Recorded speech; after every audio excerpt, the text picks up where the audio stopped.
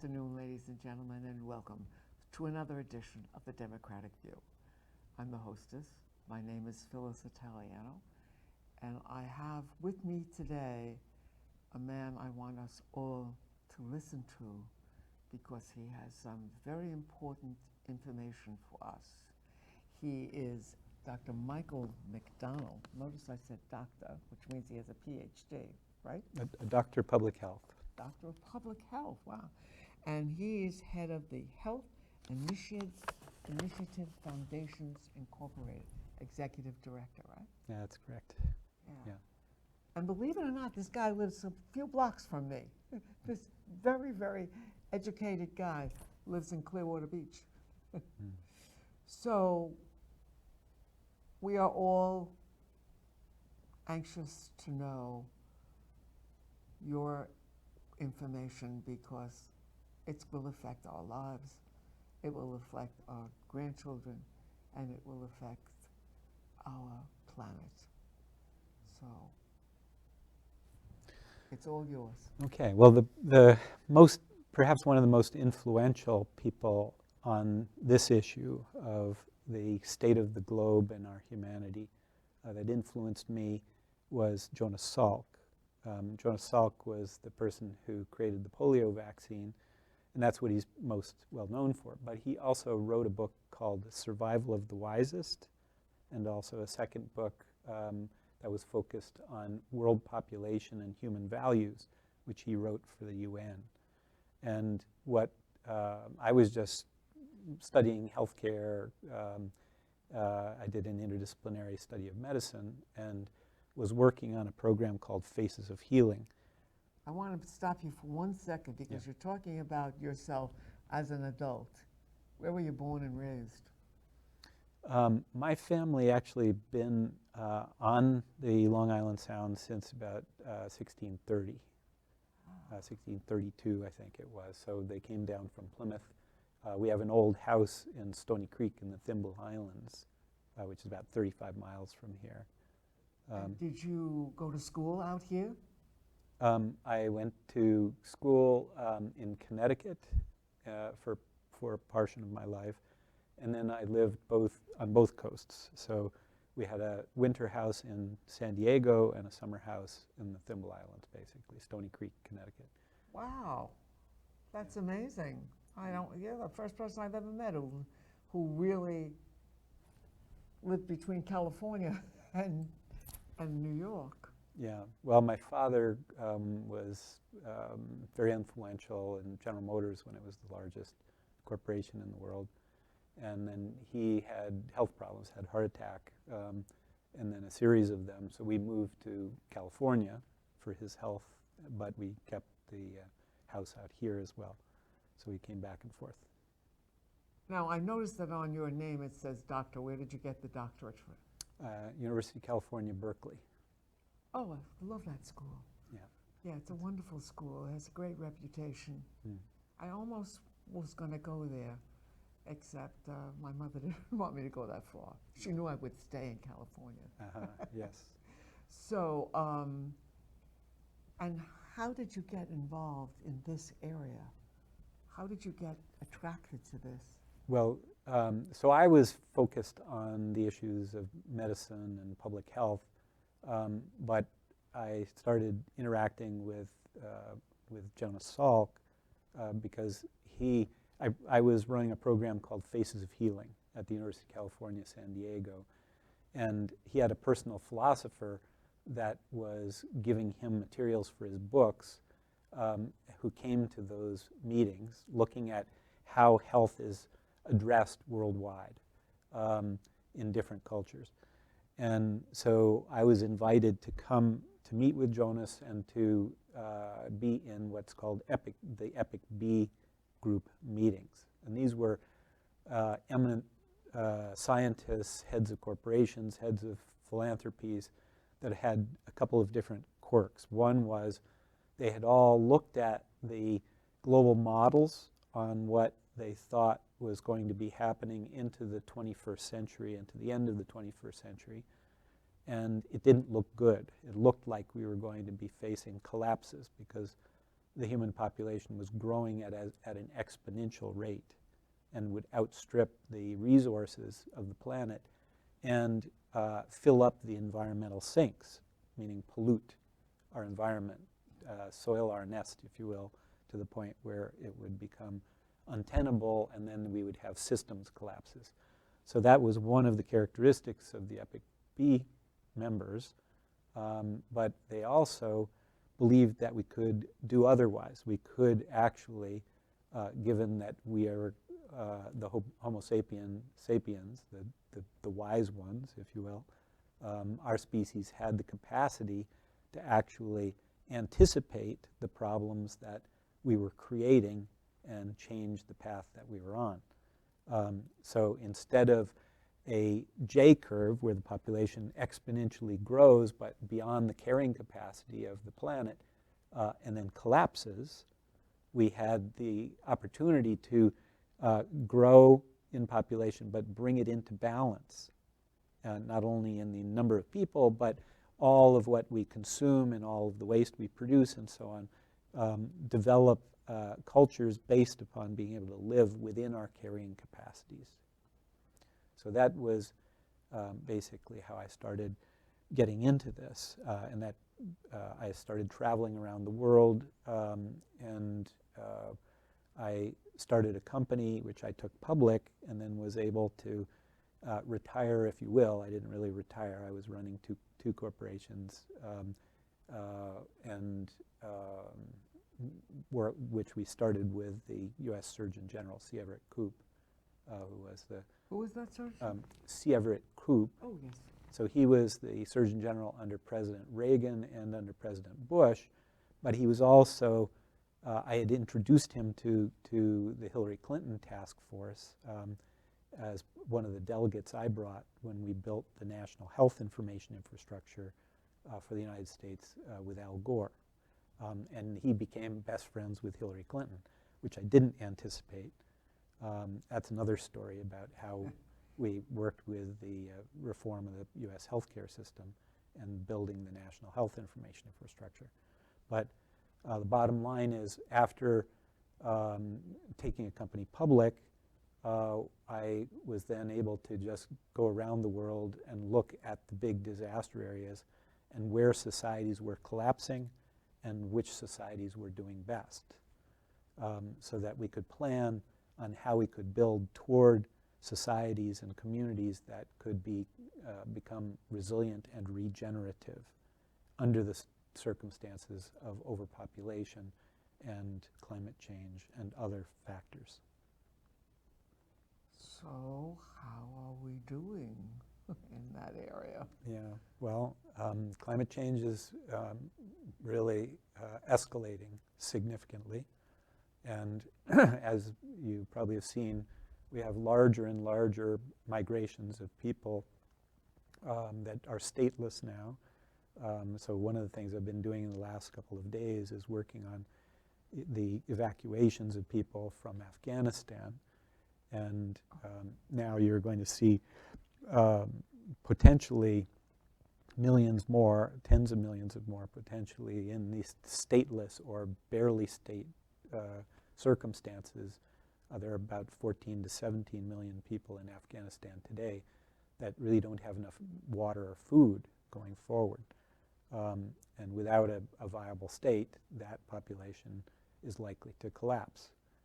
We're seeing it in Haiti as well. I've done a lot of work in Haiti since 1993, 1994, and that's another story, but we were involved in the White House at the time when there was a coup in Haiti, and we were able to be a part of the reinstatement of the duly elected president at that time because of the humanitarian work that we were doing there. But right now Haiti is collapsing. So they have millions of people over the carrying capacity of that ecosystem. They've destroyed their water systems. They've burnt down all of their forests to make charcoal for their energy. So for cooking, for example. You know, I often wonder about you know, the area that not control, but links the two continents of North America and South America, that little thin strip, you know, where we have Panama Canal and all that kind of Yeah, stuff. Central America. Yeah. I've spent some time in Mexico and in Costa Rica and El Salvador. So I did go to El Salvador. I produced a patent when I was 22 and took down, it was in the hydrodynamics and plastics of surfboards, and so I was able to take it down into ride some of the best waves in the world in El Salvador. But it was right as they were going through a revolution. So a lot of students were killed right at the time I was down there. So it was very hard to be living there. I also was in Guatemala as well. Yeah, it's a tough area, really tough area to be living in. I mean, I look at that little strip of land and think, how long before it doesn't exist? Yeah, well, Costa Rica actually has a greater longevity than we have in the United States. Really? Yeah, strangely. They did not do great in COVID. We worked with them a bit early on in the COVID pandemic, but there's a pretty good quality of life in Costa Rica if you have resources. As anywhere in the world, if you do not have sufficient resources, then you're susceptible to not having enough food and water and quality of life. So, what about our globe? What about our planet? How is our planet going to survive in these next, I don't know, 100 years, whatever? Yeah. I worry about that. I don't know. I shouldn't be worrying about that. I certainly won't be around. But well, one of the other things that I did was I chaired the Environmental Science and Policy Institute, and one of the people I interacted with was Roger Revelle, and he was the person who coined the greenhouse effect in the 1950s. He was the head of the, I guess, chair of the population studies program at Harvard, and then came to UCSD, where I did my interdisciplinary study of medicine as an undergraduate. So he was one of the first scientists to really understand the dynamics of planetary atmosphere and ocean effects of having this greenhouse effect, where we just had too much production of particulate, of greenhouse gases that created a blanket around the Earth and then would heat up the Earth. So that's not new. So that's in the 1950s that he had done the first research. So I was introduced to those ideas very early. And unfortunately, we have produced way too many greenhouse gases, and they've now heated up the Earth to the point where we're seeing more frequent and massive hurricanes, mass flooding events, big droughts. It's changing the climate in chaotic ways, some of which are predictable and some are not. We've got a long ways to go in getting that under control. But I want to also emphasize there's some good news. I don't want to just look at the problems. I'm waiting for some good news. Okay. Well, I think in some ways the Peconic bioregion, where we're living here on the east end of Long Island, there's some good news here in that the ecosystem services are still pretty good. So even though we have problems with the scallop population and we have fish populations changing because the ocean temperatures are changing and so on, we still have immense protein capacity in our fish populations. And one of the very interesting positive changes that are taking place now is we're introducing kelp, which are now being transformed into kelp burgers to replace the use of meat, for example, from cattle that Really? usually make. Kelp burger? Oh, I'd love to try that. Yeah, and also kelp jerky, for example. So that's one of the best, most ecologically sound sources of food for humans. There's a book called Eat Like a Fish, which is written by somebody who was a fisherman, and he killed fish for a living to feed populations, and then he began to feel a problem with that, given the diminishing ecosystem services. So he started leasing property, 20-acre property in Long Island Sound to grow kelp, and then started markets for selling kelp as a product. Another name for kelp is seaweed, right?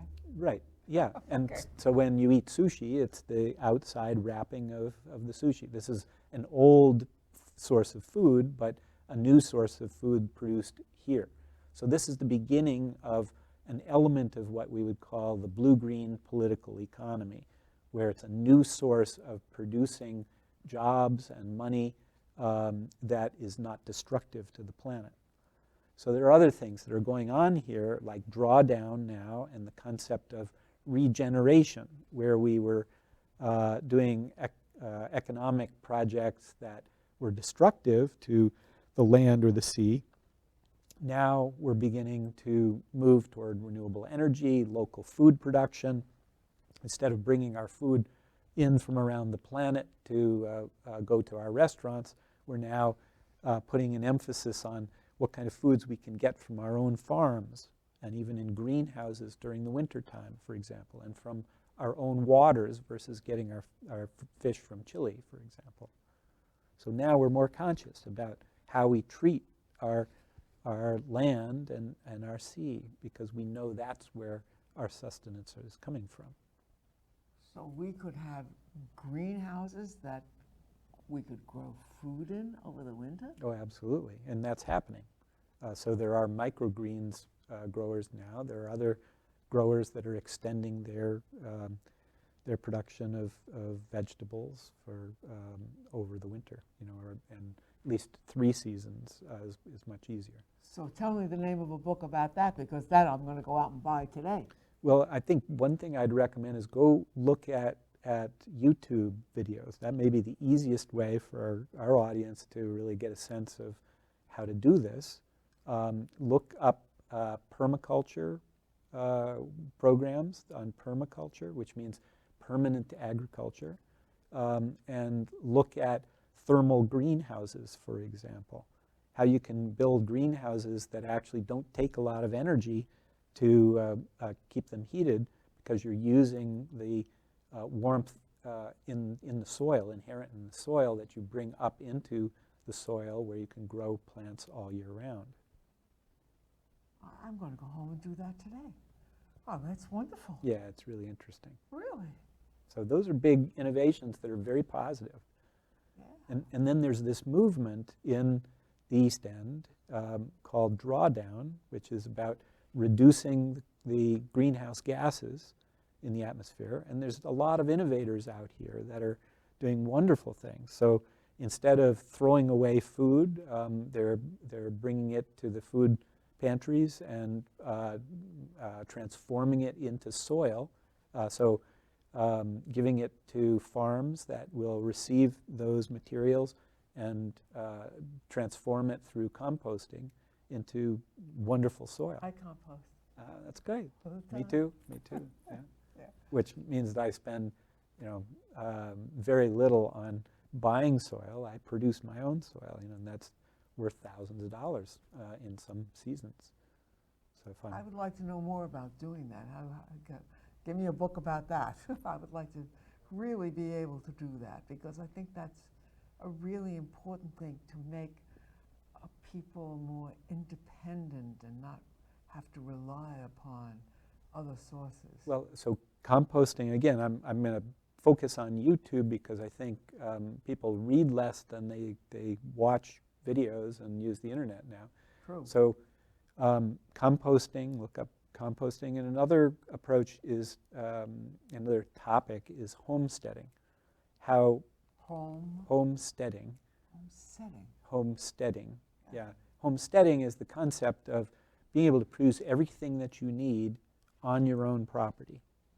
And the movement out west, essentially when my ancestors first arrived on the Mayflower, for example, and then came into Connecticut early on as settlers, you had to homestead. You had to produce your own food, often around a commons where you would protect your animals collectively, and you would then produce all the food and the energy using wood at that time to be able to survive through the winters.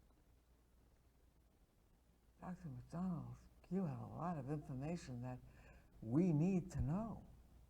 Well, and now if you look at how that's transferred over centuries, instead of just using wood, we have other types of renewable energy that we can use, and geothermal to heat our houses as well, and heat pumps.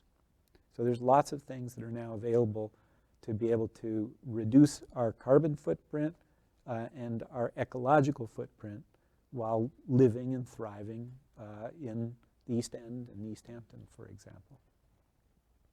That's what I want to do. That's my goal. And I do have solar panels, but I don't know how to really manipulate them, although I have been looking into something called from Sun Nation, the company that I've worked with, where you store your power. Yes, yeah, through batteries.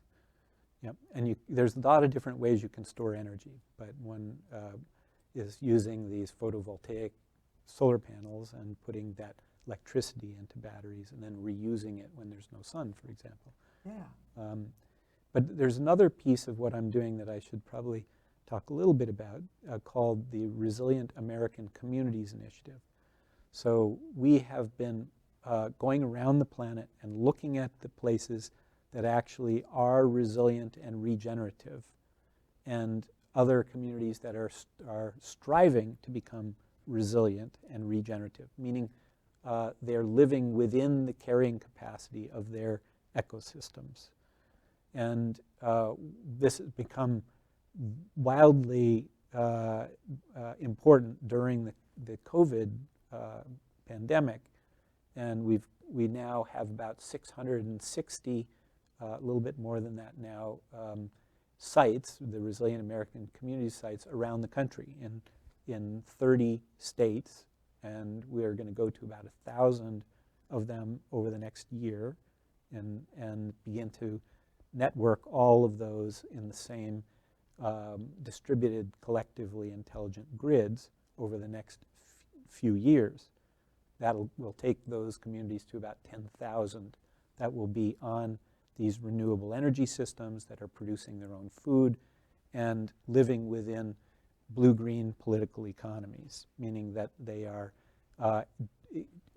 exchanging, doing commerce and trade across the network of all of these communities that are actually living sustainably. So that's the effort that we're engaged in. And one of the nodes, actually there are several nodes in the bucolic bioregion, and some of them are in the East Hampton hamlets, which are more sustainable than others. Well, how do I get in touch with these people? I want to know more. I want to be able to do this. This sounds like the future. That is the survival. Yeah, I mean this is the positive future that's emerging now, and draw down that movement, which is becoming a regeneration movement, meaning that those things that we have been doing wrong, taking out too much water out of the aquifers, for example, and using sanitation systems that are spoiling the soil and the groundwater in our ponds and so on, being able to use new types of technologies to fix those problems, growing food locally, and also producing our own energy. and not in greenwashing energy. That's the thing we have to watch out for, because a lot of the old institutions that are actually dependent upon dirty fossil fuels, like LIPA and PSIG, for example, they are greenwashing what they're doing by putting up these wind generation systems, supposedly. But that's actually a very small part of their larger platform, which is not, it's really greenwashing something that's not sustainable. Not that wind power is not sustainable, it is. But we've got to do it in the right way. We have to do it in a more distributed way. So Southampton, for example, has developed community choice aggregation. I know about that. I did a show on that. Okay. So CCA. that means we have a choice now as to how we buy our energy. So we can buy locally produced renewable energy versus fossil fuel-based energy that comes from New Jersey, for example. So that's the So future. Southampton has that, but East Hampton doesn't. East Hampton's been talking about it for a long time, but unfortunately they got sidetracked into this, the Deepwater Horizon stuff, which is not really the right direction to go. But I think as soon as that begins to ideally not go through, we would be moving toward community choice aggregation and doing much more solar and more local wind power. That's actually owned by the Danish government. People don't realize that. It was supposed to be our local power, but Dong, which is now the owner of those systems, is Australia Deepwater Wind. They've renamed it Deepwater Wind, but it was named after the Danish government, which owns a controlling interest in it. My. So, that's it. I wish we had another half hour. Thank you so much. My God, Thank you. So much to give us. Yeah. Well, appreciate all you're doing to think about next steps on this. Well, next time I'm going to have you back again. What do you think of that? But really, so I have solar.